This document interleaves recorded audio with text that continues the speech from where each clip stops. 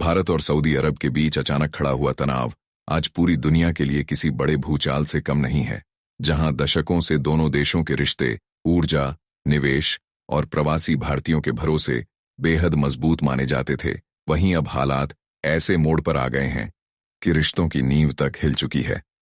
सब कुछ तब शुरू हुआ जब सऊदी अरब ने अप्रत्याशित तौर पर भारत के खिलाफ बयानबाजी की और पाकिस्तान जैसे भारत विरोधी देश का साथ देने की कोशिश की। शायद सऊदी को अंदाजा भी नहीं था कि इसका अंजाम इतना खतरनाक निकलेगा। महज 48 घंटे के भीतर भारत ने जो कदम उठाए उसने न सिर्फ सऊदी की नींदें उड़ा दी, बल्कि पूरी वैश्विक राजनीति हिला दी। यह वही भारत है जिसे दुनिया कभी चुपचाप सह लेने वाला मानती थी, लेकिन अब तस्वीर बदल चुकी है। यह नया भारत है जो ना दबाव झेलता है, न अपने हितों से समझौता करता है। पहला वार, निवेश पर प्रहार। सऊदी अरब भारत में अरबों डॉलर के निवेश प्रोजेक्ट्स पर काम करना चाहता था। बातचीत महीनों से चल रही थी, लेकिन जैसे ही भारत ने सऊदी की विश्वासघाती हरकत देखी, उसी वक्त उन सभी प्रोजेक्ट्स पर ब्रेक लगा दिया।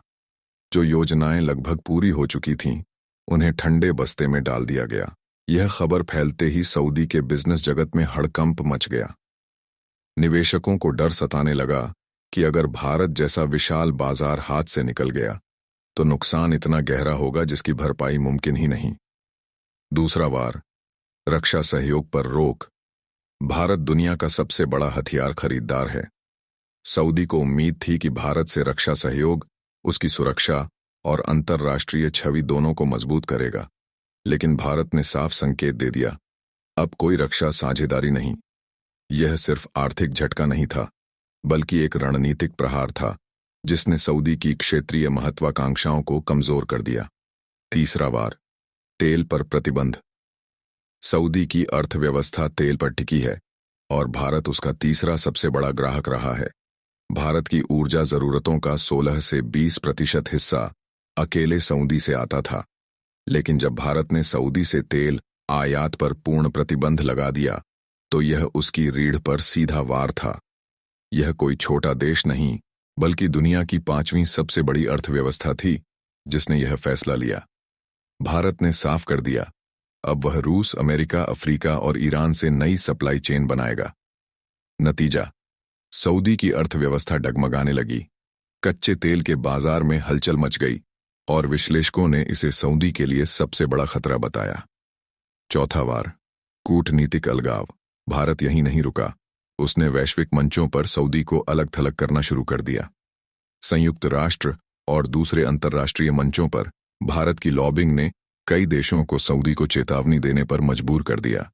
साथ ही भारत ने सऊदी से मोस्ट फेवरेट नेशन का दर्जा छीन लिया, यानी अब सऊदी भारत की नजरों से पूरी तरह उतर चुका था। वजह, पाकिस्तान का कार्ड। असल वजह पाकिस्तान था।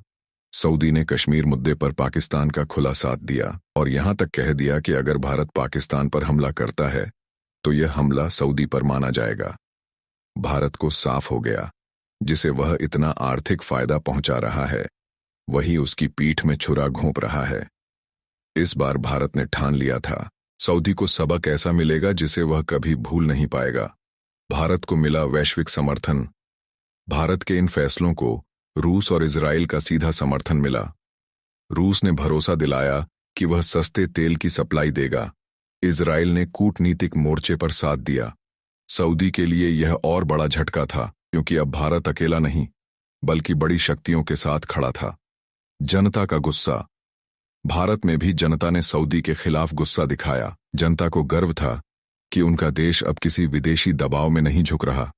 अब सवाल उठता है, भारत का अगला कदम क्या होगा? क्या भारत खाड़ी देशों में नया गठबंधन बनाएगा? क्या प्रवासी भारतीयों के लिए नई नीति बनेगी? क्या भारत अपनी ऊर्जा नीति को पूरी तरह आत्मनिर्भर बना देगा?